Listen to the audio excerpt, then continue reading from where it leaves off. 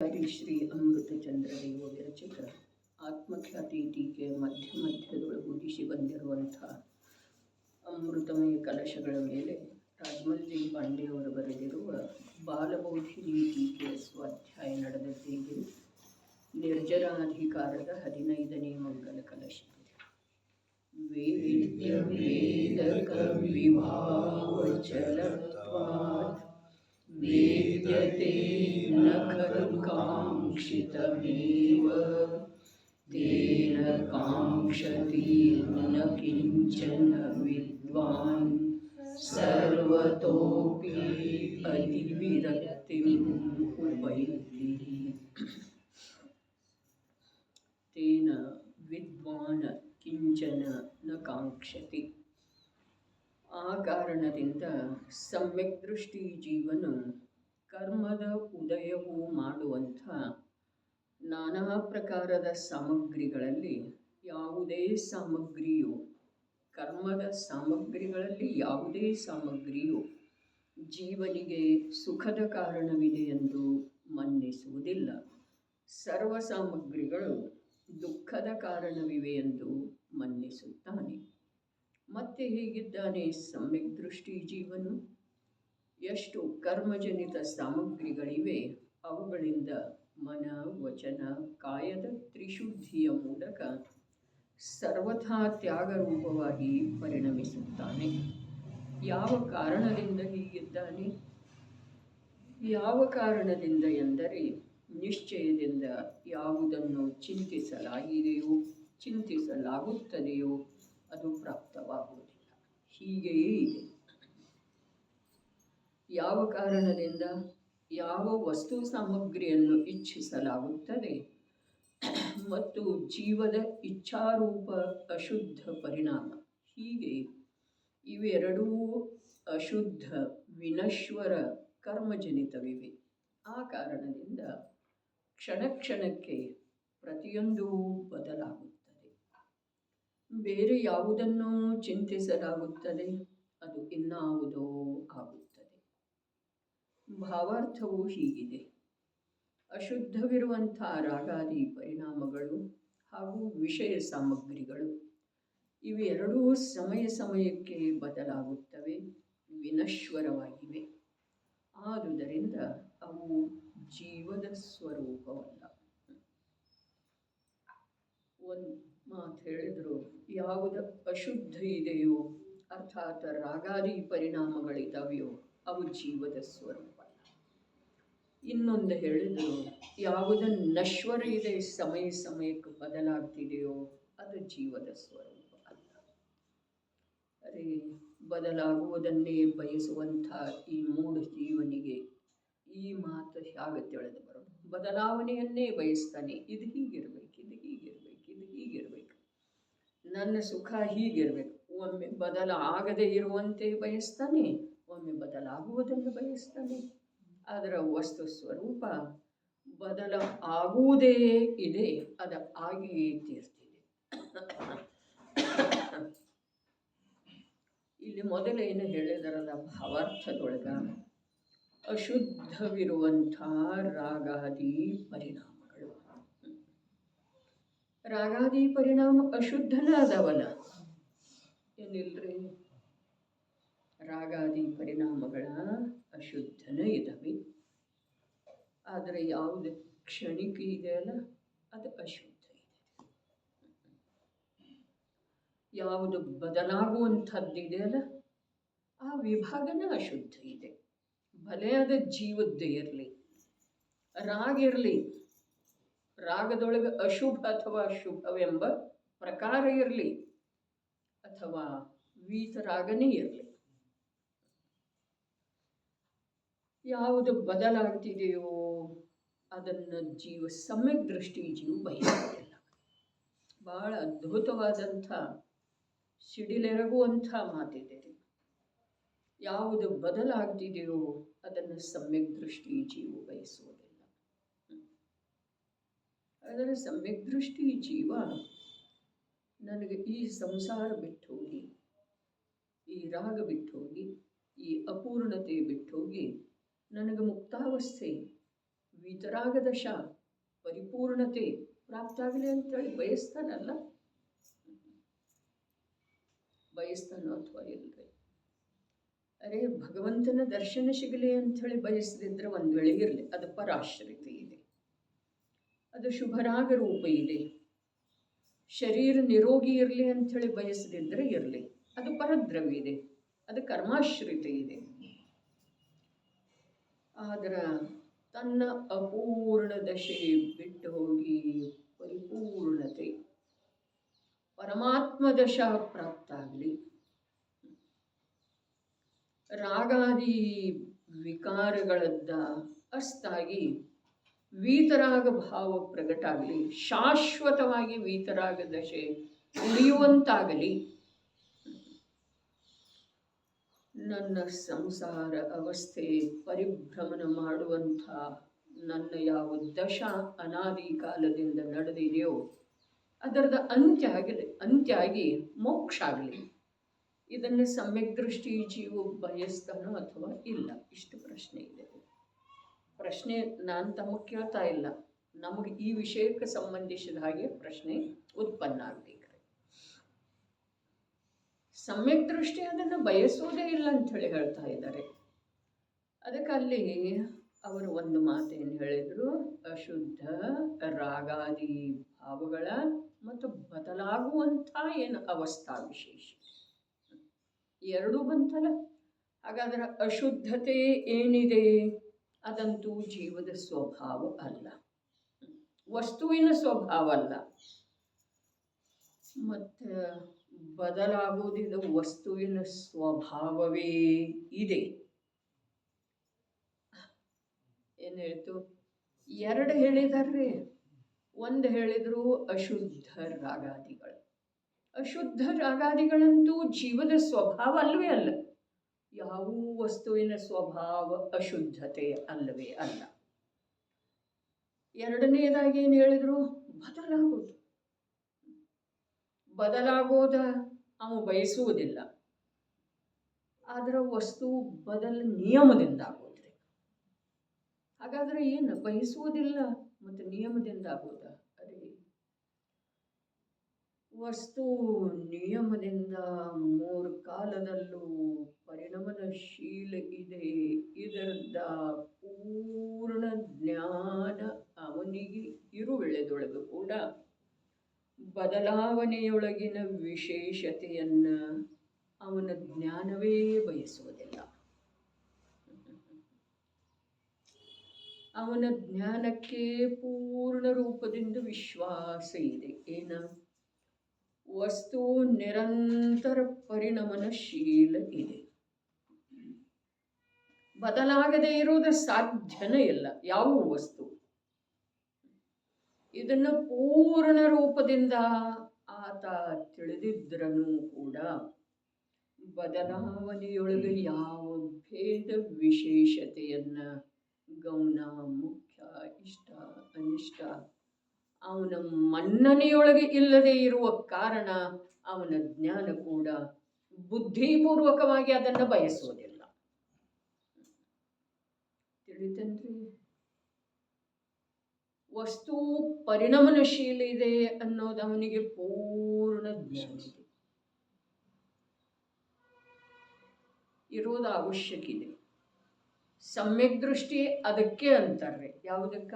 ಯಾವುದು ಹೇಗಿದೆಯೋ ಹಾಗೆ ವಸ್ತು ಹೇಗಿದೆ, ನಿತ್ಯ ಧ್ರುವವಿದ್ದುಕೊಂಡು ನಿರಂತರ ಪರಿಣಮನಶೀಲ ಇದೆ. ಅದೇ ಇದರ ಮರ್ಮ. ಶಬ್ದ ಏನೋ ತಿಳಿತಾವ್ರಿ, ಶಬ್ದ ತಿಳಿತಾವೆ, ಶಬ್ದ ಪರಿಚಿತ ಇದ್ದಾವೆ. ಆದರೆ ಇದರದ ವಾಚ್ಯ ರೂಪದ ಭಾವ ನಮಗೆ ಭಾಷಿತ ಆಗ್ತಾ ಇದೆಯನ. ವಸ್ತು ನಿತ್ಯ ಧ್ರುವ ಇದ್ದುಕೊಂಡು ಅರೆ ಇಷ್ಟೇ ಸಾಕ್ರಿ, ಇಷ್ಟೇ ಸಾಕನ್ನೋದಕ್ಕಿಂತ ಇದು ಎಲ್ಲವೂ ಇದೆ ರೀ. ಇದು ಸಮಗ್ರ ಜಿನವಾಣಿಯ ಸಾರ ಇದೆ. ಇದರ ಸಂಪೂರ್ಣ ಭವಪರಂಪರೆಗೆ ಕೊನೆ ತರುವಂಥದ್ದಿದೆ. ಇದು ಶಾಶ್ವತ ಮೋಕ್ಷದ ಬೀಜ ಇದೆ ರೀ. ಏನ ಹೇಳ್ರಿ ಒಂದ್ಸಲ.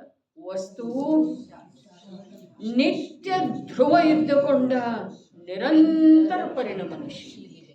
ವಸ್ತು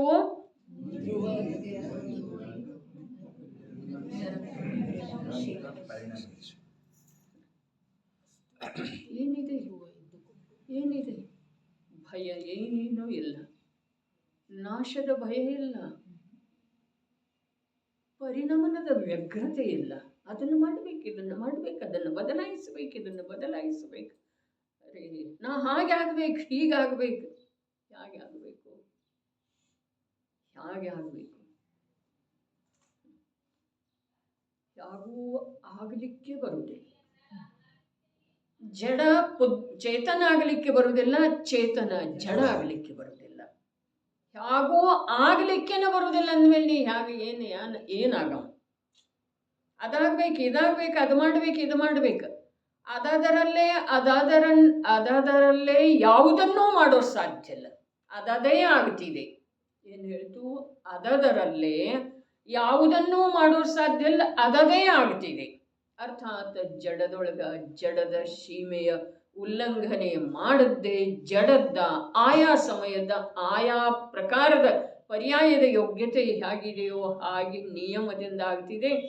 ಅನಂತ ಕೇವಲಿಗಳು ಬಂದ್ರೂ ಅದರ ಬದಲಾವಣೆ ಸಂಭವಿಲ್ಲ. ಅದರಲ್ಲೇ ಯಾವುದಾಗ್ತಿದೆಯೋ ಅದನ್ನು ತಪ್ಪಿಸಲಿಕ್ಕೆ ಯಾರೂ ಸಾಧ್ಯ ಇಲ್ಲ. ಚೇತನ ಇದ್ದದ್ದು ಜಡ ಆಗೋದಿಲ್ಲ, ಜಡ ಇದ್ದದ್ದು ಚೇತನ ಆಗೋದಿಲ್ಲ. ಹಾಗಾದ್ರೆ ಚೇತನ ರೂಪದಿಂದ ಪರಿಣಮಿಸುವುದಕ್ಕೆ ನಿನ್ನ ಅಭ್ಯಂತರ ಏನಿದೆ? ಜಡ ಆಗುತ್ತಿತ್ತಂದ್ರೆ ಅದನ್ನು ಆಗಕೊಡುವುದಿಲ್ಲ ಅಂಥೇಳಿ ಅನ್ಬಹುದಾಗಿತ್ತು. ಅರೇ ನಾ ಚೇತನನ ಇರಾಮದೇನು, ಯಾವಾಗಲೂ ಚೇತನನ ಇರ್ಬೇಕು ನನಗೆ ಅನ್ನೋದು ಅವಶ್ಯಕತೆ ಇಲ್ಲ. ಯಾಕೆ ಅಂತಂದ್ರೆ ಅದು ಚೈತನ್ಯದ ಸೀಮೆಯನ್ನು ದಾಂಟಿ ಯಾವಾಗೂ ಜಡ ಆಗೋದು ಸಾಧ್ಯ ಇಲ್ಲ. ಒಂದು ಮೂಲ ಮಾತ ಇದೆ, ಇದು ಸಮಗ್ರ ಸಿದ್ಧಾಂತ ಇದೆ. ಏನನ್ನೂ ಕಲಿತುಕೊಳ್ಳಬೇಕಾಗಿಲ್ಲ, ಏನನ್ನೂ ಸ್ಮರಣೆಯಲ್ಲಿಟ್ಟುಕೊಳ್ಬೇಕಾಗಿಲ್ಲ. ಬರೇ ನಾನು ಚೈತನ್ಯ ವಸ್ತು ಇದ್ದೇನೆ, ನಿತ್ಯ ಧ್ರುವ ಇದ್ದುಕೊಂಡ ನಿರಂತರ ಬದಲಾವಣೆ ಪರಿಣಮನ ಮಾಡುವಂಥ ಇದ್ದೇನೆ. ಆದ್ರೆ ಆ ಪರಿಣಮನದೊಳಗ ನನ್ನ ಚೈತನ್ಯ ಸ್ವಭಾವದ ಉಲ್ಲಂಘನೆ ಆಗಿ ಜಡ ಸ್ವಭಾವದ ಪರಿಣಮನ ಎಂದೂ ಆಗುವುದಿಲ್ಲ ಮತ್ತು ಆಗುವುದಿಲ್ಲ. ಇಷ್ಟು ತಿಳಿದ ನಂತರ ಕರ್ಮ ಯಾತಕ್ಕೂ ನಿಲ್ಲುತ್ತಿದೆ ನಮ್ಮ ಸತ್ತಾದೊಳಗ? ಇದೇನ್ರಿ ಕರ್ಮ? ಇದೇನಿಲ್ರಿ ನಮ್ಮ ಸತ್ತಾದೊಳಗ. ನಮ್ಮ ದೃಷ್ಟಿಯೊಳಗ ಈ ಪ್ರಕಾರ ಅರೇ ಕರ್ಮ ನಮ್ಮ ಸತ್ತಾದೊಳಗಿಲ್ಲ. ಆತ್ಮ ಪ್ರದೇಶದ ಜೊತೆಗೆ ಏಕ ಕ್ಷೇತ್ರಾವಗಾಹ ರೂಪದಿಂದ ಬದ್ಧಾಗಿ ನಿಂತುಕೊಂಡಿದೆ, ಕರ್ಮರೂಪದ ಅವಸ್ಥೆಗೆ ಪ್ರಾಪ್ತಾಗಿ ನಿಂತುಕೊಂಡಿದೆ. ಇದೆ ಆಗಮದ ವಚನನೂ ಇದೆ. ಆಗಮದ ವಚನಂತೂ ಸುಳ್ಳು ಇರೋದನ್ನು ಸಾಧ್ಯ ಇಲ್ಲ, ವಸ್ತು ಸ್ವರೂಪನೂ ಇದೆ. ಆತ್ಮ ಪ್ರದೇಶದೊಳಗ ಆತ್ಮ ಪ್ರದೇಶದೊಳಗ ಏಕ ಕ್ಷೇತ್ರಾವಗಾಹ ರೂಪದಿಂದ ಕರ್ಮರೂಪದ ಅವಸ್ಥೆಯ ಧಾರಣ ಮಾಡಿ ಕಾರ್ಮಣ ವರ್ಗಣಗಳ ನಿಂತುಕೊಂಡಿದ್ದಾವೆ. ಅದರ ಜೀವದ ಸ್ವಭಾವದೊಳಗ ಜೀವದ ಸ್ವಭಾವ ರೂಪ ಪರಿಣಾಮದೊಳಗ ಏನು ಹೇಳ್ತೀರಿಪ್ಪ? ಜೀವದ ಸ್ವಭಾವದೊಳಗ ಜೀವದ ಸ್ವಭಾವ ರೂಪ ಪರಿಣಾಮನದೊಳಗ ಅವುಗಳದ್ದು ಯಾವ ಪ್ರಕಾರದ ಪ್ರಭಾವ ಆಗೋದು ಸಾಧ್ಯ ಇಲ್ಲ. ಜೀವದ ಸ್ವಭಾವದೊಳಗ ಸ್ವಭಾವ ರೂಪ ಪರಿಣಾಮದೊಳಗ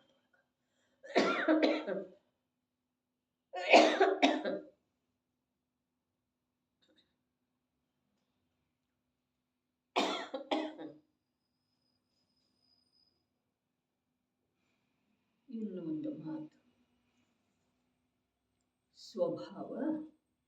ಸ್ವಭಾವ ರೂಪದ ಪರಿಣಾಮನ ಅದರೊಳಗೆ ಭೇದ ಇದೆ ಏನಿಲ್ಲ?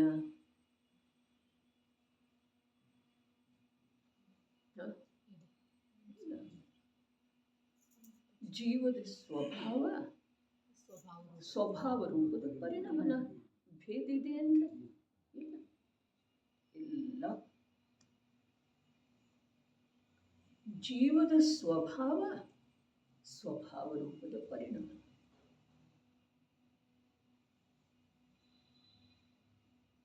ಸ್ವಭಾವ ರೂಪದ್ದೇ ಪರಿಣಾಮ ಇರುವಳೆದೊಳಗ ಅಲ್ಲಿ ವಿಭಾವ ಸ್ವಭಾವದ ಭೇದ ಬರೋದನ್ನ ಹೇಳ್ತಾರೆ.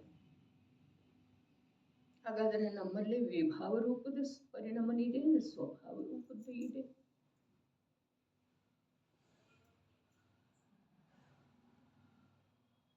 ನಮ್ಮಲ್ಲಿ ವಿಭಾವ ರೂಪದ ಪರಿಣಾಮನೇ ಇದೆ, ಸ್ವಭಾವ ರೂಪದ ಪರಿಣಾಮನೇ ಇದೆ.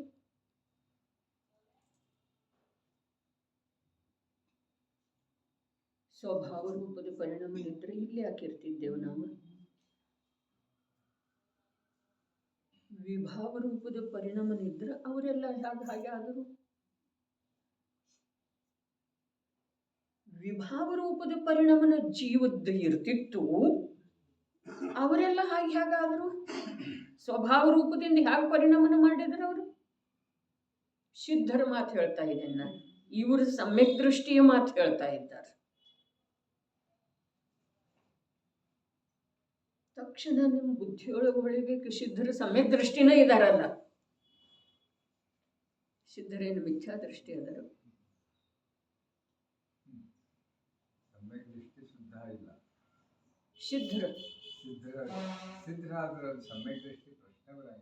ಬರಂಗಿಲ್ಲ. ಸಮ್ಯಕ್ ದೃಷ್ಟಿ ಇಲ್ಲದ ಸಿದ್ಧ ಹಾಗಾದ್ರೆ ಪ್ರಶ್ನೆ ಬರುವುದಿಲ್ಲ. ಈ ಮಾತು ಸತ್ಯ ಇದ್ರೂ ಕೂಡ ಕಾರ್ಯದ ಅಪೇಕ್ಷಾದಿಂದ ಪ್ರಶ್ನೆ ಬರುವುದಿಲ್ಲ, ಅವರ ಕಾರ್ಯನ ಆಗಿ ಹೋಗಿದೆ. ಈ ಮಾತು ಸತ್ಯ ಇದ್ರೂ ಕೂಡ ಕಾರ್ಯ ಆದ ನಂತರ ಕೂಡ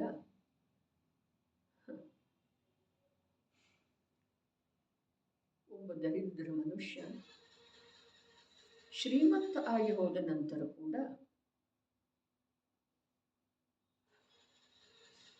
ಅವನು ಶ್ರೀಮಂತತೆ ಇದ್ದಾನೆ, ಅನುಭವ ಮಾಡ್ತಾ ಇದ್ದಾನಲ್ಲ.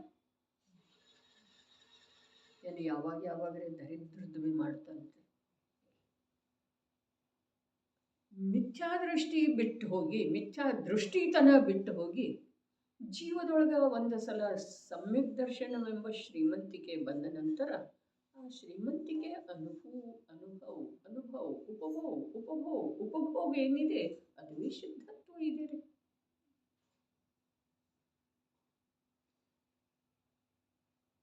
ಜೀವ ಸ್ವಭಾವ ರೂಪದಿಂದ ಪರಿಣಾಮನ ಮಾಡ್ತಾನೆ ಅಥವಾ ವಿಭಾವ ರೂಪದಿಂದ ಪರಿಣಾಮನ ಮಾಡ್ತಾನೆ.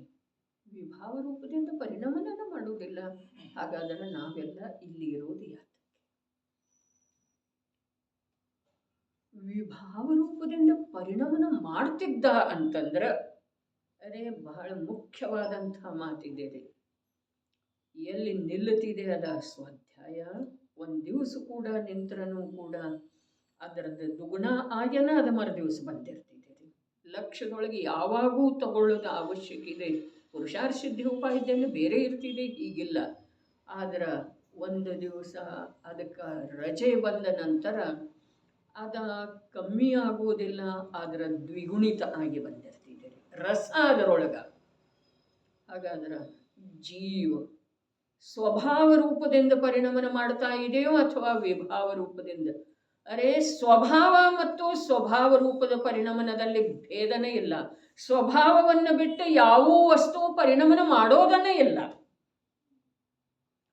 ಸ್ವಭಾವವನ್ನು ಬಿಟ್ಟು ಪರಿಣಾಮನ ಮಾಡುವಂತಹ ವಸ್ತು ಸ್ವಭಾವ ರೂಪ ಆಗೋದನ್ನ ಸಾಧ್ಯ ಇಲ್ಲ. ಏನು ಹೇಳಿದ್ರು? ಸ್ವಭಾವವನ್ನು ಬಿಟ್ಟು ಯಾವುದು ಪರಿಣಾಮನ ಮಾಡ್ತಿದೆಯೋ ಅದು ಎಂದೂ ಸ್ವಭಾವ ರೂಪ ಆಗೋ ಸಾಧ್ಯ ಇಲ್ಲ. ಒಂದು ಮಾತು. ಯಾವುದೇ ಸ್ವಭಾವವನ್ನು ಬಿಟ್ಟು ಪರಿಣಾಮನ ಮಾಡ್ತಿದೆಯೋ ಅದರಲ್ಲಿ ಇನ್ನೊಂದು ದೋಷ ಬರ್ತಿದ್ದೀರಿ. ಏನದ?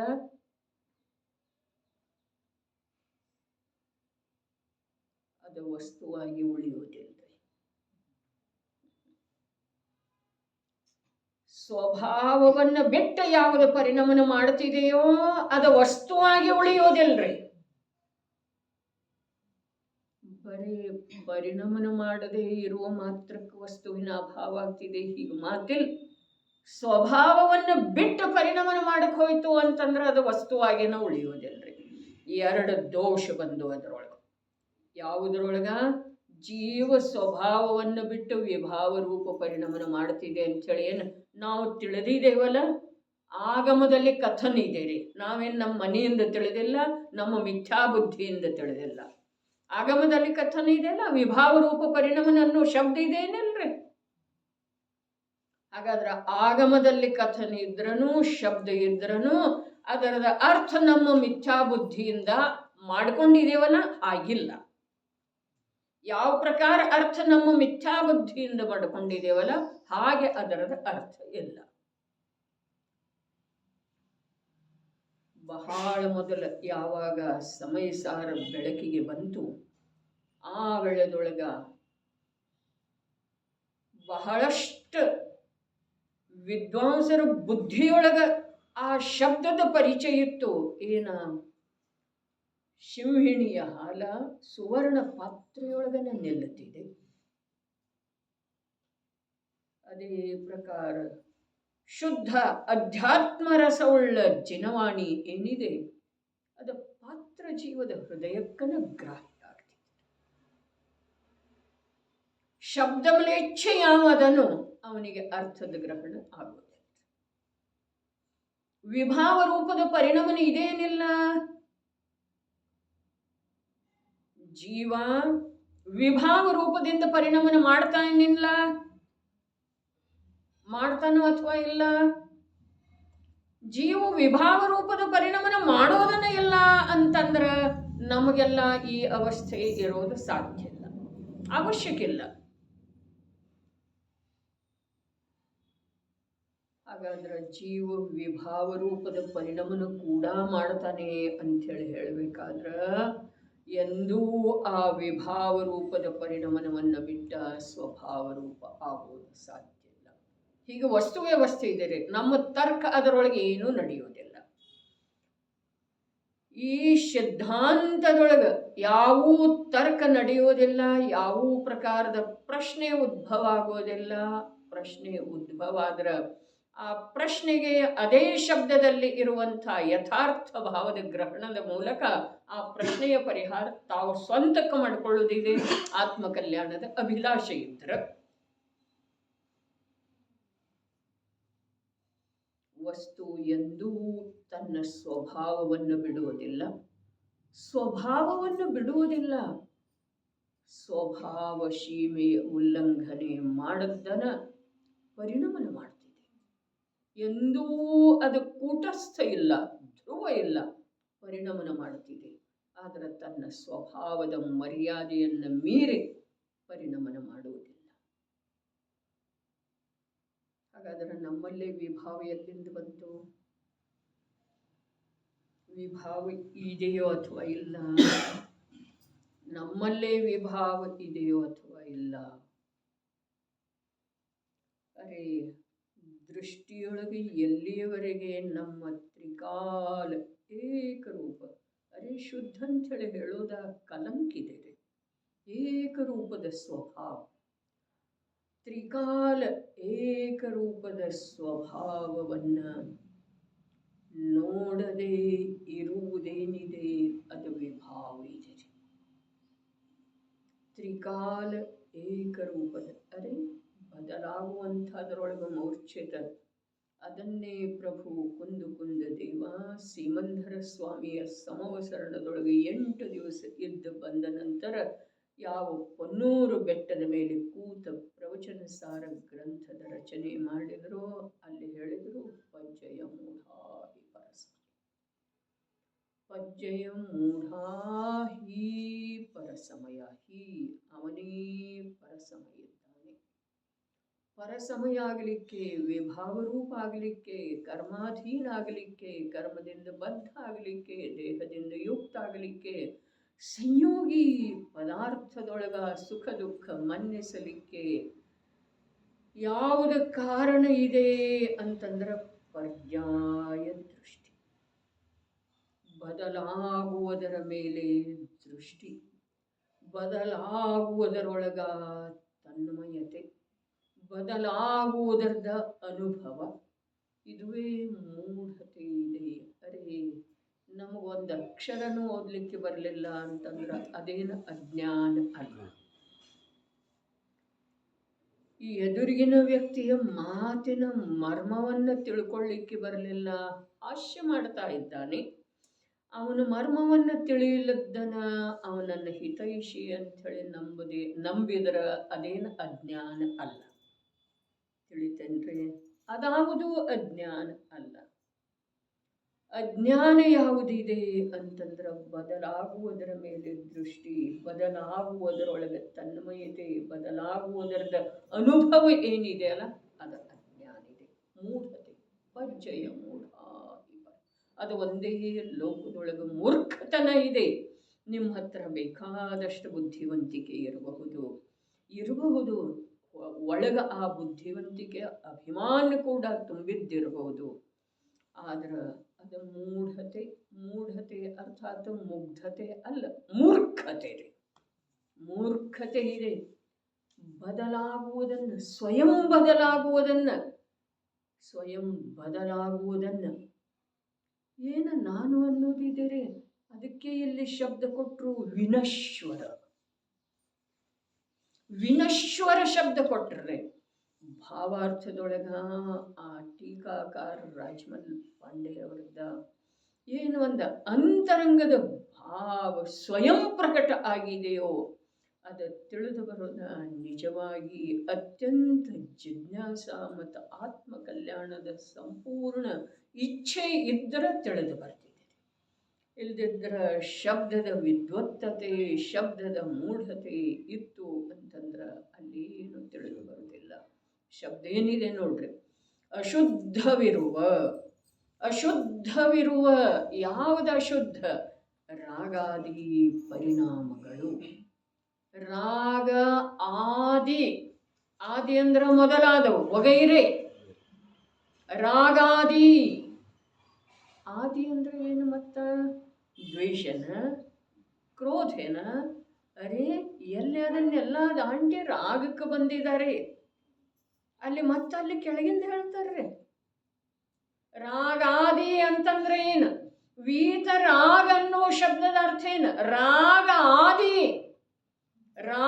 ಆದಿ ಯಾವುದು ಉತ್ಕೃಷ್ಟ ಶುಭರಾಗಿದೆಯಲ್ಲ ಅದು ಮೊದಲನೇ ನಂಬರ್, 1ನೇ ನಂಬರ್ದ. ಮತ್ತು ಆದಿ ಅಂದ್ರೆ 2, 3, 4, 10, 100, 1000 ಅವೆಲ್ಲ ಅದಾವ್ರಿ. ಅವೆಲ್ಲ ಯಾವ? ಆ ತೀರ್ಥಂಕರ ನಾಮಕರ್ಮ. ಅರೆ, ಸುಮ್ಮನೆ ಹೇಳಿಲ್ರಿ ಆ ಮಹಾಪುರುಷ, ತೀರ್ಥಂಕರ ನಾಮಕರ್ಮ ಯಾವುದರಿಂದ ಬಂದ್ ಆಗ್ತಿದೆಯೋ ಆ ಭಾವ ನನ್ನ ಸ್ವಭಾವದೊಳಗೆ ಇಲ್ಲ ಅಂಥೇಳಿ. ಹಾಗಾದ್ರೆ ಅದೇನಿದೆಲ್ಲ ಅದು ಎಂಥ ರಾಗ ಇದೀರಿ? ರಾಗ ಆದಿ ಹೇಳ್ರ, ಪೂಜೆಯ ರಾಗ ಅಲ್ಲ. ರಾಗಾದಿ ಈ ಸಮಯಸಾರದೊಳಗೆ ನಿರ್ಜರ ಅಧಿಕಾರದೊಳಗೆ ಭಾವಾರ್ಥ ಟೀಕೆ ಬರೆಯುವಂಥ ಮಹಾಪುರುಷ ಭಾವಾರ್ಥ ಹೇಳ್ತಾ ಇದ್ದಾನೆ. ರಾಗಾದಿ, ರಾಗ ಅಂದ್ರೆ ಯಾವುದಿಲ್ಲಿ? ಯಾವುದ? ಭಕ್ತಿಯ ರಾಗ ಅಲ್ಲ. ರಾಗ ಆದಿ ಯಾವ ರಾಗ? ಯಾವುದ ಆತ್ಮನ ಸ್ವಭಾವದ ಲೀನತೆಯ ಸಲುವಾಗಿ ಜ್ಞಾನದೊಳಗ ಪುರುಷಾರ್ಥ ನಡೆದದ್ದು ಇದೆಯೋ ಆ ಸಮಯದೊಳಗ ಅಬುದ್ಧಿಪೂರ್ವಕ ಆ ಸ್ವಭಾವದ ಮಹಿಮೆ ಏನು ಇದೆಯಲ್ಲ, ಆ ಸ್ವಭಾವದ ಮಹಿಮೆ ಎಲ್ರಿಗೂ ತಿಳಿದು ಬರಲಿ ಅನ್ನುವಂಥದ್ದ ಯಾವ ಭಾವ ತೀರ್ಥಂಕರ ನಾಮಕರ್ಮಕ್ಕೆ ಕಾರಣ ಇದೆಯೋ ಆ ಭಾವವನ್ನು ಹಿಡ್ಕೊಂಡು ಎಲ್ಲ ಯಾವ ಮತ್ತ ಎಲ್ಲ ಯಾವ ಅಬುದ್ಧಿಪೂರ್ವಕನ್ರಿ, ಸೂಕ್ಷ್ಮರಾಗನ್ರಿ, 10ನೇ ಗುಣಸ್ಥಾನದ ಅಂತಿಮ ಸಮಯದವರೆಗೆ ಯಾವುದ ರಾಗ ಇರ್ತಿದೆಯೋ ಆ ರಾಗ. ಮತ್ತು ಆದಿ ಅಂದ್ರೆ ಏನ? ಆದಿ ಅಂದ್ರ ವೀತರಾಗ ಪರಿಣಾಮ ಕೂಡ. ವೀತರಾಗ ಪರಿಣಾಮ ಕೂಡ ಪರಮಾತ್ಮ ದಶೆಯಲ್ಲಿ ಯಾವುದು ಪ್ರಗಟ ಇದೆಯೋ ಅದು ಕೂಡ ಏನಿದೆ ರೀ? ವಿನಶ್ವರ ಇದೆ, ಅಶುದ್ಧ ಇದೆ. ಅಶುದ್ಧ ಯಾಕ? ಬದಲಾಗುವಂಥದ್ದಿದೆ. ಅದಕ್ಕೆ ಇದು ಸಿಂಹಿಣಿಯ ಹಾಲಿನಿಗಿಂತ ಉತ್ಕೃಷ್ಟ ಪದಾರ್ಥ ಇದೆ, ಇದು ಅಯೋಗ್ಯ ಹೃದಯದೊಳಗ ನಿಲ್ಲುವುದಿಲ್ಲ. ಏನು ಹೇಳ್ತು? ರಾಗಾದಿ ಪರಿಣಾಮ. ಪರಿಣಾಮ ಅಂತ ಹೇಳಿ ಬಂತಲ್ಲ, ಆ ಪರಿಣಾಮ ಏನು ಹೇಳಿತಾರೆ? ಪರಿಣಾಮ ಏನು ಹೇಳಿತಾರೆ? ಆ ಪರಿಣಾಮನದೊಳಗ ಏನೇನು ಇದೆಯಲ್ಲ ಅದೆಲ್ಲ ಅದೆಲ್ಲ ಅದೆಲ್ಲ ಏನಿದೆ? ಏನಿದೆ? ವಿಕೃತಿ ಏನಿದೆ? ಏನಿದೆ? ಅದೇ ಬದಲಾಗುವುದೇ ವಿಕೃತಿ. ಪರಿಣಾಮ ಪರಿಣಾಮ ಪರಿಣಾಮ ಪರಿಣಾಮ ಬೇರೆ ಬೇರೆ ಬೇರೆ ಬೇರೆ ಬೇರೆ ಬೇರೆ. ಇಲ್ಲಿ ಸದೃಶ ಸದೃಶ ಸದೃಶ ಆಗಿದೆ ಆಗಿದೆ ಆಗಿದೆ ಆಗಿದೆ. ಅರೇ ಅನಂತ ಕಾಲ ಕಳೆದ್ರೂ ಆ ದೃಷ್ಟಿಯೊಳಗೆ ಏನು ಸಮ್ಯಕ್ತನ ಬಂದದ್ದು ಇದೆಯಲ್ಲ, ಅದು ಏನನ್ನು ನೋಡ್ತಿದೆ? ಧ್ರುವ ನಿತ್ಯ ನ್ಯಾಯಕ ತತ್ವವನ್ನು ನೋಡ್ತಿದ್ದೀರಿ. ಸಿದ್ಧರದ್ದು ಕೂಡ ದೃಷ್ಟಿ, ಸಮ್ಯಕ ದೃಷ್ಟಿ ಏನನ್ನು ನೋಡ್ತಿದೆ? ಆ ಧ್ರುವ ಸದೃಶ ಬದಲಾಗದೆ ಇರುವಂಥ ತತ್ವವನ್ನು ನೋಡ್ತಿದೆ. ನೋಡ್ತಿದೆ ಅಂದರೆ ಹೇಗೆ ನೋಡ್ತಿದೆ? ತಾನು ಅಂಥೇಳಿ ನೋಡ್ತಿದೆ ಅಂತಂದ್ರೆ ಅದೊಂದು ಬೇರೆ ಇದ್ದುಕೊಂಡು ನೋಡುವುದಿಲ್ಲ, ಅದರೊಳಗೆ ಅಭೇದ ಆಗಿ ತಾನು ಅಂಥೇಳಿ ಅನುಭವ ಮಾಡ್ತಿದೆ. ದೃಷ್ಟಿ ಸಮ್ಯಕ ದೃಷ್ಟಿ. ಅರೇ ಸಮ್ಯಕ ದೃಷ್ಟಿ ಅಂದರೆ ಏನೂ ಇಲ್ಲ. ಇಲ್ಲಿ ಈ ನಿರ್ಜರ ಅಧಿಕಾರದ 15ನೇ ಕಲಶದ ಅನುಸಾರ ಸಮ್ಯಕ ದೃಷ್ಟಿ ಅರ್ಥಾತ್ ಧ್ರುವ ತತ್ವದೊಳಗ ತಾನೆನ್ನುವ ಅನುಭವ. ಧ್ರುವ ಸ್ವಭಾವದೊಳಗ ಅರೆ ಸ್ವಭಾವ ಧ್ರುವನೇ ಇದೆ. ಯಾವುದ ಯಾವುದ ಬದಲಾಗ್ತಾ ಇರುವಂಥದ್ದು. ಕರ್ಮ ನಿರ್ಜರೆ ತನ್ನಷ್ಟಕ್ಕೆ ತಾನೇ ಶರೀರವನ್ನು ಹೀಗಿಡುವುದರಿಂದ, ಆಹಾರದ ಕಡೆ ನೋಡದೇ ಇರುವುದರಿಂದ, ಪತ್ನಿ ಪುತ್ರರ ಕಡೆ ನೋಡದೇ ಇರುವುದರಿಂದ ನಿರ್ಜರೆ ಆಗ್ತಿದೆ. ಈ ಮಾತು ಎಲ್ಲಿಂದ ತಂದಿದೆಯೋ ಯಾರಿಗೆ ಗೊತ್ತಿದೆ. ಕೇಶಲೋಚ ಮಾಡಿಕೊಳ್ಳುವುದರಿಂದ, ಆಹಾರ ಬಿಡುವುದರಿಂದ, ಅರೆ ವನಖಂಡದೊಳಗೆ ವಾಸ ಮಾಡುವುದರಿಂದ, ವನಖಂಡದೊಳಗನ ಎಲ್ಲ ಪ್ರಕಾರದ ಅನುಕೂಲತೆಯನ್ನು ನಿರ್ಮಾಣ ಮಾಡಿಕೊಂಡು ಇರುವಂಥದ್ದು ಇಂದು ಬಂದದ್ದಿದೆ. ಮತ್ತು ಎಲ್ಲ ಪ್ರಕಾರದ ಅನುಕೂಲತೆಯ ಮಧ್ಯದೊಳಗನ ಗುಡಿಸಲ ಹಾಕೊಂಡು ಇರುವುದು ಕೂಡ ಬಂದದ್ದಿರ್ತಾರೆ. ಯಾವುದು ಹೇಗೆ ಬೇಕೋ ಹಾಗೆ ತಿರುಗಿಸಿಕೊಳ್ಳುವಂಥದ್ದ, ಧರ್ಮವನ್ನು ತಿರುಗಿಸಿಕೊಳ್ಳುವಂಥ ಯಾವ ಮಹಾಪರಾಧ ಇದೆಯಲ್ಲ, ಆ ಮಹಾಪರಾಧದ ಫಲ ಒಂದೇ ಒಂದಿದೆ. ಏನಿದೆ? ಅನಂತ ಸಂಸಾರ. ಧರ್ಮದೊಳಗೆ ಮನುಷ್ಯ ಬಂದ ಹಾಗೆ ಮಾಡೋದಿದೆಯಲ್ಲ, ಅದರದ ಫಲ ಒಂದೇ ಒಂದೇ, ಅನಂತ ಸಂಸಾರ. ವಸ್ತುವಿನ ಸ್ವಭಾವ ಹೇಗಿದೆಯಲ್ಲ ಹಾಗೆ ತಿಳಿದುಕೊಳ್ಳುವುದು, ಹಾಗೆ ಶ್ರದ್ಧೆ ಮಾಡೋದು, ಹಾಗೆ ಅನುಭವ ಮಾಡೋದು, ಅದರ ಫಲನೂ ಒಂದೇ ಇದೆ. ಅದೇ ಹೌದಾ? ಅದೇ ಹೌದು. ಅನಂತ ಕಾಲದವರೆಗೆ ಅದರದ್ದೇ ಅನುಭವ ನಿರಾಕುಲ. ಯಾವುದು ಗ್ರಹಣ ಆಗ್ತಿದೆ? ಇಲ್ಲಿ ಟೋಡರ್ ಮಲ್ಲರ ಏನು ಹೇಳಿದ್ರಲ್ಲ, ಮೋಕ್ಷ ಮಾರ್ಗ ಪ್ರಕಾಶಕದೊಳಗ ಹುಚ್ಚು ಒಬ್ಬ ತಿರುಗ್ತಾ ಇದ್ದ ಅಂಥೇಳಿ, ಅವನಿಗೆ ಯಾವನೋ ಬಂದು ಬಟ್ಟೆ ತೊಡಸಿದ.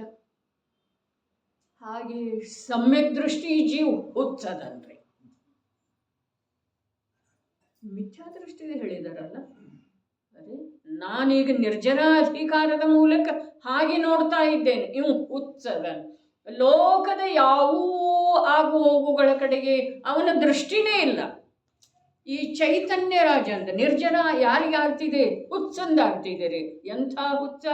ಕರ್ಮ ಬಂದಬೇಕಾದ್ರೆ ದೇಹ ತೊಡಸಲಿ, ಕರ್ಮ ಬಂದಬೇಕಾದ್ರೆ ದೇಹವನ್ನು ಕಿತ್ಕೊಳ್ಳಿ, ಯಾವುದೋ ಕಾರಣದಿಂದ ಆತ್ಮನ ಪ್ರದೇಶಗಳೆಲ್ಲ ಮಧ್ಯಲೋಕದಿಂದ ಊರ್ಧ್ವಲೋಕಕ್ಕೆ ಹೊರಟು ಹೋಗಲಿ, ಏನೂ ಆಗುವುದಿಲ್ಲ. ಅಂಥ ಹುಚ್ಚರೇ. ನಿರ್ಜರೆ ಆಗುವ ಮಾತು ಅಂಥ ಭಾವನಾ ಲೋಕದೊಳಗೆ ಭಾವವನ್ನು ಅಭೇದಗೊಳಿಸಿ ಈ ಲೋಕದಿಂದ ಅವನು ಭಿನ್ನ ಆಗಿದ್ದಾನಲ್ಲ, ಅವನು ನಿರ್ಜರ ಆಗ್ತಿದ್ದೀರಿ. ನಾವು ಜನರ ಕಡೆ ನೋಡಿ ನೋಡಿ ದಾನ ಕೊಡೋದು, ಜನರ ಕಡೆ ನೋಡಿ ನೋಡಿ ಶಾಸ್ತ್ರ ಓದೋದು, ಜನರ ಕಡೆ ನೋಡಿ ನೋಡಿ ಜಪ ಮಾಡೋದು, ಇದೇನಿಲ್ರಿ. ಯಾರು ಬಂದರು ನೋಡೋದು ಮತ್ತೆ ಜಪ. ಅವ್ರು ನಮ್ಮನ್ನು ನೋಡ್ತಿದ್ರು. ಪೂಜೆ ಮಾಡ್ತಾ ಮಾಡ್ತಾ ಫೋಟೋ, ಇಲ್ಲಿ ಕಲಶ ಇರ್ತಿದೆ ರೀ, ಅಲ್ಲಿ ಮುಖ ಇರ್ತಿದೆ. ಅರೆ ಎಲ್ಲ ಕಡೆ ಫೋಟೋ.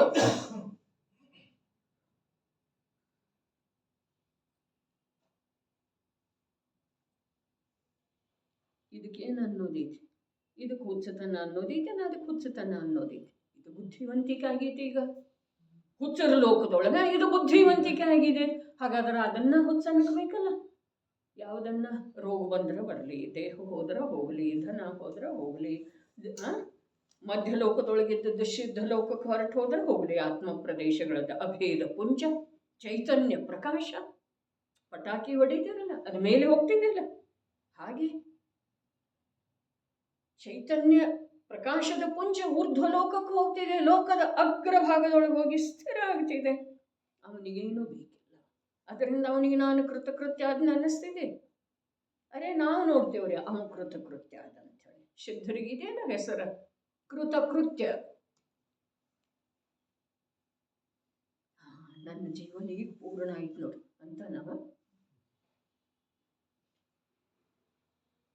ಎಲ್ಲಿ ಧರ್ಮ ಮಾಡ್ತಾ ಇದ್ದೇವೆ? ನಾವು ಯಾರನ್ನು ವಂಚಿಸಲಿಕ್ಕೆ ಹೊರಟಿದೆವು? ಯಾರನ್ನು ಮೆಚ್ಚಿಸಲಿಕ್ಕೆ ಹೊರಟಿದ್ದೇವ್ರಿ? ಅರ್ಹಂತರನ್ನ ಎಲ್ಲ ಅಜ್ಞಾನಿಗಳನ್ನ ಒಮ್ಮೆ ನಿರ್ಣಯನೇ ಮಾಡೋಣ. ಯಾರನ್ನ ಸಂತುಷ್ಟಪಡಿಸಲಿಕ್ಕೆ ಹೊರಟಿದೆವು? ಅಜ್ಞಾನಿಗಳನ್ನ ಅಥವಾ ಅರ್ಹಂತರನ್ನ? ನಮ್ಮ ಈ ಎಲ್ಲ ಕಾರ್ಯದಿಂದ ಅರ್ಹಂತರ ಸಂತುಷ್ಟ ಆಗ್ತಾರೆ, ಅಜ್ಞಾನಿಗಳ ಸಂತುಷ್ಟ ಆಗ್ತಾರೆ? ಏನಿದೆ? ನನ್ನಷ್ಟಕ್ಕೆ ನಾ ಎಷ್ಟು ಸಂತುಷ್ಟ ಇದ್ದೇನೆ, ಎಷ್ಟು ತೃಪ್ತಿ ಇದ್ದೇನೆ? ಯಾವ ಕಾರ್ಯದೊಳಗೆ? ದಾನ ಕೊಡೋದ್ರೊಳಗೋ, ಬಸ್ತಿ ಕಟ್ಟೋದ್ರೊಳಗೋ, ಉಪವಾಸ ಮಾಡೋದ್ರೊಳಗೋ, ಕೇಶಲೋಚ ಮಾಡ್ಕೊಳ್ಳೋದ್ರೊಳಗೋ, ಜಯ ಜಯ ಅನ್ನೋದ್ರೊಳಗೋ, ಅಥವಾ ಇನ್ನೊಬ್ಬರ ಕಡೆಯಿಂದ ಜೈಕಾರ ಕೇಳೋದ್ರೊಳಗಡೆ.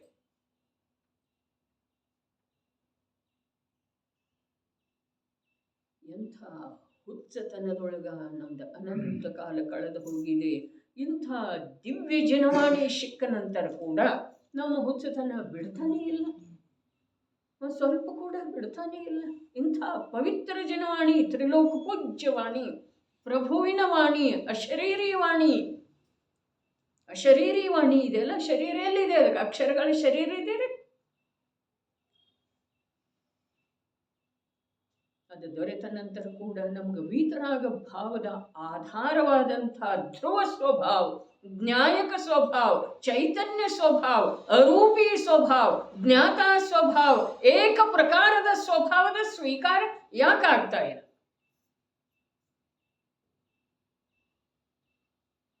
ಯಾವುದ್ರೊಳಗೆ ಹರ್ಷ ವಿಷಾದ, ಯಾವುದ್ರೊಳಗೆ ಆತಂಕ, ಯಾವುದ್ರೊಳಗೆ ಯಾವುದರದ ಚಿಂತೆ?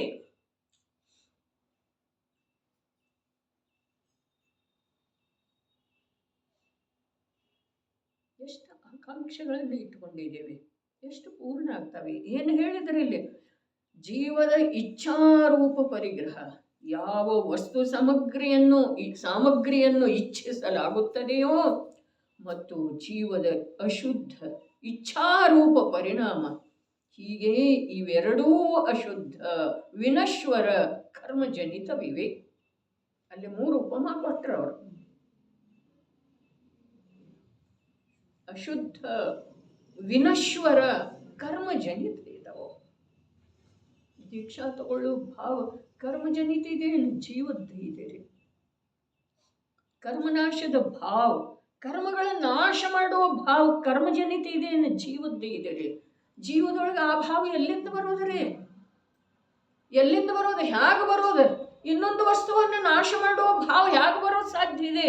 ಜ್ಞಾತ ಸ್ವಭಾವಿ ಜೀವನಿಗೆ.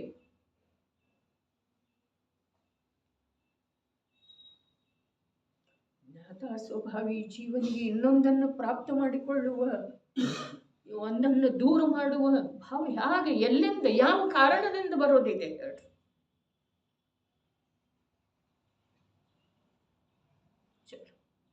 ಅಶುದ್ಧ ವಿನಶ್ವರ ಕರ್ಮಜನಿತವಿವೆ. ಆ ಕಾರಣದಿಂದ ಕ್ಷಣ ಕ್ಷಣಕ್ಕೆ ಪ್ರತಿಯೊಂದೂ ಬದಲಾಗುತ್ತದೆ. ಓದಿದೇವ್ರಲ್ಲ, ಶಬ್ದ ನೀವು ಕೇಳಿದ್ರಿ, ಗ್ರಂಥದಲ್ಲೇ ನೋಡಿದರೆ ಅದರದ ಭಾವಭಾಸನ ಭಾವದ ಕಡೆಗೆ ಗಮನ ಆಯ್ತೇನು ತಿಳಿತನ ಅನ್ನಿಸ್ತ್ರಿ. ತಿಳಿತನ ಅನ್ನಿಶತ್ ನಡಿ ಮುಂದೆಲ್ಲಿ ನಡೆಯೋದು? ದಾರಿನ ಇಲ್ರಿ. ಮುಂದೆಲ್ಲಿ ನಡೆಯುವುದಿದೆ? ದಾರಿ ಇಲ್ಲ.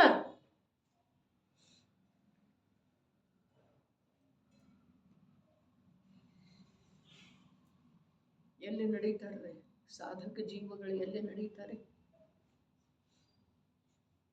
ಎಲ್ಲಿ ನಡೀತಾರೆ? ಸ್ಥಿರತೆಯೊಳಗೆ ನಡೀತಾರೆ. ಸ್ಥಿರತೆಯ ರೂಪದಿಂದ ನಡೀತಾರೆ. ಸ್ಥಿರತೆಯ ರೂಪದಿಂದ ನಡೆಯುವಂಥವರಿಗೆ ಸಾಧಕ ಅಂತಾರೆ.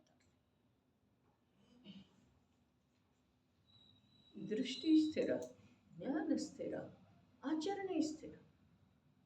ಸ್ಥಿರತೆಯ ರೂಪದಿಂದ ಗಮನ ಯಾರು ಮಾಡ್ತಾರೋ, ಪರಿಣಾಮನ ಯಾರು ಮಾಡ್ತಾರೋ ಅವರ ಸ್ಥಿರ, ಅವರ ಸಾಧಕ, ಅವರ ಸಾಧ್ಯದ ಪ್ರಾಪ್ತಿ ಮಾಡ್ತಾರೆ. ಬಹಳ ಅದ್ಭುತ. ಜೀವದ ಇಚ್ಛಾರೂಪ ಯಾವುದನ್ನು, ಯಾವ ವಸ್ತು ಸಾಮಗ್ರಿಯನ್ನು ಇಚ್ಛಿಸಲಾಗುತ್ತದೆ ಮತ್ತು ಜೀವದ ಇಚ್ಛಾರೂಪ ಅಶುದ್ಧ ಪರಿಣಾಮ. ಹೀಗೆ ಇವೆರಡೂ ಅಶುದ್ಧ ವಿನಶ್ವರ ಕರ್ಮಜನಿತವಿವೆ. ಆ ಕಾರಣದಿಂದ ಕ್ಷಣ ಕ್ಷಣಕ್ಕೆ ಪ್ರತಿಯೊಂದು ಬದಲಾಗುತ್ತವೆ. ಬೇರೆ ಯಾವುದನ್ನು ಚಿಂತಿಸಲಾಗುತ್ತದೆ, ಅದು ಇನ್ನಾವುದೋ ಆಗುತ್ತದೆ. ಯಾವುದನ್ನು ಸುಖ ಆಗಲಿ ಅಂಥೇಳಿ ಧನ ಸಂಪಾದನೆ ಮಾಡಿದ್ರು, ಸುಖ ಆಗಲಿ ಅಂಥೇಳಿ ವಿದ್ಯಾರ್ಜನೆ ಮಾಡಿದ್ರು, ಸುಖ ಆಗಲಿ ಅಂಥೇಳಿ ಮದುವೆ ಮಾಡ್ಕೊಂಡು ಸುಖ ಆಗಲಿ ಅಂಥೇಳಿ ಮಕ್ಕಳಿಗೆ ಜನ್ಮ ಕೊಟ್ಟು, ಯಾವುದರಿಂದ ಎಷ್ಟೆಷ್ಟು ಸುಖ ಆಯ್ತು. ಬರೀ ಭ್ರಾಂತಿ ಭ್ರಾಂತಿ ಭ್ರಾಂತಿ. ಇನ್ನಿದು ಹೀಗಾದ್ರೆ ಸುಖ, ಇನ್ನಿದು ಹೀಗಾದ್ರೆ ಸುಖ, ಇನ್ನಿದು ಹೀಗಾದ್ರೆ. ಯಾವುದನ್ನು, ಬೇರೆ ಯಾವುದನ್ನು ಸುಖವನ್ನೇ ಇಚ್ಛಿಸಲಾಗುತ್ತದೆ. ಇಲ್ಲಿ ಹೇಳಿದ್ರಲ್ಲ, ಬೇರೆ ಯಾವುದನ್ನು ಇಚ್ಛಿಸಲಾಗುತ್ತದೆ, ಇನ್ನಾವುದೋ ಆಗುತ್ತದೆ. ಅಂದ್ರೆ ಏನು? ಸುಖವನ್ನು ಇಚ್ಛಿಸಲಾಗುತ್ತದೆ, ದುಃಖ ಆಗ್ತದೆ. ಇಷ್ಟು ಸರಳ ಇದೆ ರೀ. ಸ್ವಾಧೀನತೆಯನ್ನ, ನಿಶ್ಚಿಂತತೆಯನ್ನ ಇಚ್ಛಿಸಲಾಗ್ತಿದೆ, ಪರಾಧೀನತೆ ಬೆಳೀತಿದೆ, ಇಚ್ಛೆಗಳು ಬೆಳೀತವೆ. ನಿಶ್ಚಿಂತತೆ ಇಲ್ಲ, ಚಿಂತೆ ಬೆಳೀತಿದೆ ರೀ. ಸ್ಕೂಲಿಗೆ ಮಗುವನ್ನ ಅಡ್ಮಿಷನ್ ಮಾಡ್ತಾ ಇದ್ದ ಹಾಗೆ ಮಗುವಿಗೆ ಚಿಂತೆ ಬೆಳೀತೋ ಅಥವಾ ನಿಶ್ಚಿಂತೆ ಆಯ್ತಾರೆ? ಪಾಸ್ ಆದ ನಂತರ ಚಿಂತೆ ಬೆಳೀತೋ ನಿಶ್ಚಿಂತ ಆಯ್ತಾರೆ? ಯಾವುದನ್ನ ತಲುಪಬೇಕಾಗಿತ್ತೋ ವಿದ್ಯೆ ಕ್ಷೇತ್ರ, ಆ ಒಂದು ಹುದ್ದೆ, ಆ ಒಂದು ಏನು ಡಿಗ್ರಿ ಪ್ರಾಪ್ತ ಆದ ನಂತರ ನಿಶ್ಚಿಂತೋ ಏನು ಚಿಂತೆ ಬೆಳೀತಾರೆ? ಅದಕ್ಕೆ ಇಲ್ಲಿ ಇಷ್ಟ ಇದೆ. ಯಾವುದನ್ನೋ ಬಯಸಲಾಗುತ್ತದೆ, ಇನ್ನಾವುದೋ ಆಗುತ್ತದೆ. ಸುಖವನ್ನು ಬಯಸಲಾಗ್ತಿದೆ, ನಿಶ್ಚಿಂತತೆಯನ್ನು ಬಯಸಲಾಗ್ತಿದೆ, ಸ್ವಾಧೀನತೆಯನ್ನು ಬಯಸಲಾಗ್ತಿದೆ, ದುಃಖ ಆಗ್ತಿದೆ, ಚಿಂತೆ ಶುರು ಆಗ್ತಿದೆ. ಏನಾಗ್ತಿದೆ? ಪರಾಧೀನತೆ ಬೆಳೀತಿದೆ. ಮತ್ತೆ ಅದರೊಳಗೆ ಮತ್ತೆ ಬೇರೆ ಆಗೋದಂತಾರೆ. ಇಬ್ಬರು ಅಂತಂದಿದ್ರು ಅಂತಂದ್ರೆ ಬೇರೆ ಆಗೋದ. ಅವಾಗ ಸುಖ ಬಯಸಲಾಯಿತು. ಸುಖ ಅಲ್ಲಿ ಸುಖವನ್ನು ಬಯಸಿ ಬೇರೆ ಆಯ್ತು, ಅಲ್ಲೇನಾಯ್ತಾರೆ? ಬಸ್ತಿಗೆ ಹೋಗೋದಿದ್ರೂ ಕೀಲಿ ಹಾಕ್ಬೇಕು. ಇಬ್ಬರಿದ್ರು ಅಂತಂದ್ರೆ, ಇನ್ನೊಬ್ಬ ಓರ್ಗಿತ್ತಿದ್ದಳು ಅಂತಂದ್ರೆ ಎಷ್ಟು ಅನುಕೂಲ ಇದೆ. ಯಾವುದನ್ನೋ ಬಯಸಲಾಗುತ್ತದೆ, ಇನ್ನಾವುದೋ ಆಗುತ್ತದೆ. ಇಬ್ಬರಿದ್ರೆ ಒಬ್ಬರ ಮೇಲೇನು ಮಾಡ್ತಾರೋ, ಒಬ್ಬರು ರೊಟ್ಟಿ ಚಪಾತಿ ಮಾಡ್ತಾರೋ. ನನಗೆ ಸ್ವತಂತ್ರ ಬೇಕು, ಸ್ವತಂತ್ರ ಬೇಕು, ಬೇರೆ ಅದಲ್ದ ಸುಖ ಇಲ್ಲ. ಬೇರೆ ಆಗ್ತಾಳು. ಆಮೇಲೆ ಅದನ್ನು ಮಾಡ್ಬೇಕು, ಅದನ್ನು ಒರೆಸ್ಬೇಕು, ತಿಕ್ಕಬೇಕು, ತೊಳಿಬೇಕು. ಇಟ್ಕೊಳ್ತೇನೆ, ಬರುದಿಲ್ಲ. ಅಷ್ಟು ಕೊಡ್ತೇನೆ, ಇಷ್ಟು ಕೊಡ್ತೇನೆ, ಆಯ್ತು ಬರ್ತೇನೆ ಅಂತಾರೋ. ಆಮೇಲೆ ಮತ್ತೇನೇನೋ 4 ದಿವಸ ಹೋದ ನಂತರ ಮತ್ತೇನೇನೋ ಹೇಳ್ತಾರೋ. ನಮ್ಗೆ ಅಲ್ಲಿ ಹೋಗೋದಿತ್ತು, ಇಲ್ಲಿ ಹೋಗೋದು, ಅವ್ರ ಸತ್ರ ಯಾರು ಇರುವುದಿಲ್ಲ, ಅವ್ರನ್ನೆಲ್ಲ ಸಾಯಿಸ್ತಾರೆ. ಅವ್ರವ್ರು ಯಾರು ಇರುವುದಿಲ್ಲ, ಅವ್ರನ್ನೆಲ್ಲ ಸಾಯಿಸ್ತಾರೆ. ಅವ್ರ ಸತ್ರ, ಇವ್ರ ಸತ್ರ, ಆಯಿ ಸತ್ರ, ಮಾಮ ಸತ್ರ.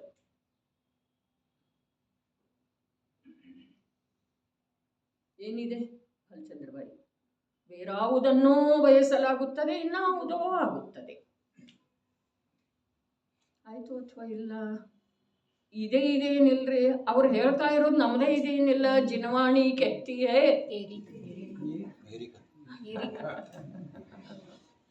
ಆ ಕಡೆ ಹೋಗ್ಬಾರ್ದಲ್ಲ, ಬಟ್ಟ ಕಡೆ ಬರಲಿ. ಆದ್ರೆ ನನಗೆ ನನ್ನ ಕಥೆ ರುಚಿಸೋದಿಲ್ಲ. ಏನಾಗಿತ್ತು ಅವರಿಗೆ? ಆವಾಗ ಯಾಕೆ ತೋರಿಸಲಿಲ್ಲ?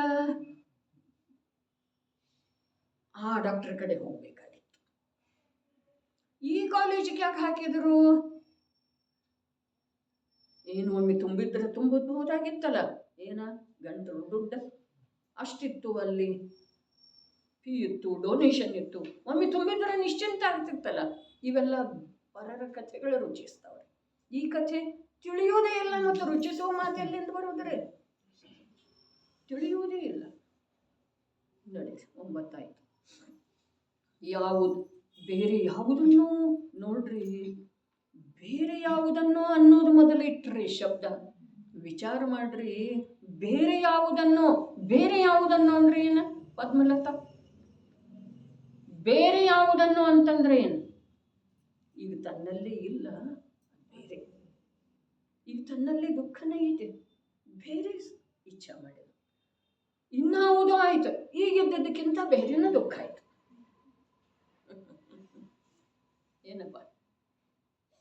ಬೇರೆ ಯಾವುದನ್ನೋ ಚಿಂತಿಸಲಾಗಿತ್ತು. ಅಂದ್ರೆ ಈಗಂತೂ ಇಲ್ಲದ ನಮ್ಮಲ್ಲಿ ಸುಖ, ಅಂಥದ್ದೊಂದು ಸುಖವನ್ನು ಬಯಸಲಾಗಿತ್ತು. ಅದು ಇನ್ನಾವುದೋ ಆಯ್ತಂದ್ರೆ ಈಗಿದ್ದದ್ದು ದುಃಖಕ್ಕಿಂತ ಬೇರೆ ಇನ್ನೊಂದು ಯಾವುದೋ ದುಃಖ ಆಯ್ತು. ಆಪರೇಷನ್ ಮಾಡಿದ ಮೇಲೆ ಏನಾಯ್ತು? ಆಪರೇಷನ್ ಮಾಡ್ಕೊಂಡವ್ರು ಅದಾರಲ್ಲ, ಏನಾಯ್ತು? ಏನಿಲ್ಲ, ಬೇರೆ ಯಾವುದೋ ಆಯ್ತ್ರಿ. ಅದಿತ್ತಲ್ಲ, ಇನ್ನೊಂದು ಬೇರೆ ಆಯ್ತ್ರಿ. ನಿಮ್ಗೆ ಯಾವ್ದು ಬೇಕಾಗಿತ್ತು ಅದಾಗಲಿಲ್ಲ. ಅಷ್ಟೇ ಇದೆ. ಮದುವೆ ಮಾಡಿದ್ರನೂ ಅದ, ಮಕ್ಕಳಿಗೆ ಜನ್ಮ ಕೊಟ್ರನೂ ಅದ, ಮಕ್ಕಳು ದೊಡ್ಡವ್ರು ಮಾಡಿದ್ರೂ ಅದ, ಮನೆ ಕಟ್ಟ್ರನೂ ಅದ, ಧನ ಸಂಪಾದನೆ ಮಾಡಿದ್ರೂ ಅದ, ವಸ್ತೆ ಒಡವೆ ಕೊಂಡ್ರನೂ ಅದ. ಸುಖ ಆಗಲಿ ಅಂತ ಹೇಳಿ ಮಾಡ್ತಿದೆ. ಈಗ ದುಃಖ ಇದೆ ಅಂತ ಹೇಳಿ ಮಾಡ್ತಿದೆ ಅಲ್ಲ, ಬೇರೆ ಯಾವುದೋ. ಅರ್ಥಾತ್ ಈಗ ದುಃಖನ ನಡೆದಿದೆ, ಇದರಿಂದ ಬೇರೆ ಯಾವುದೋ ಆಗಲಿ, ಅರ್ಥಾತ್ ಸುಖ ಆಗಲಿ.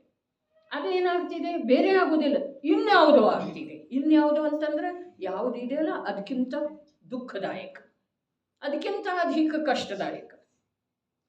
ಯುದ್ಧದ್ದನ್ನ ಒಳ್ಳೆಯದಿತ್ತು ಅಂದ್ರೆ ಅದು ಇರುವುದಿಲ್ಲಲ್ಲ, ಅದು ಮುಗದೆ ಹೋಗಿದ್ರೆ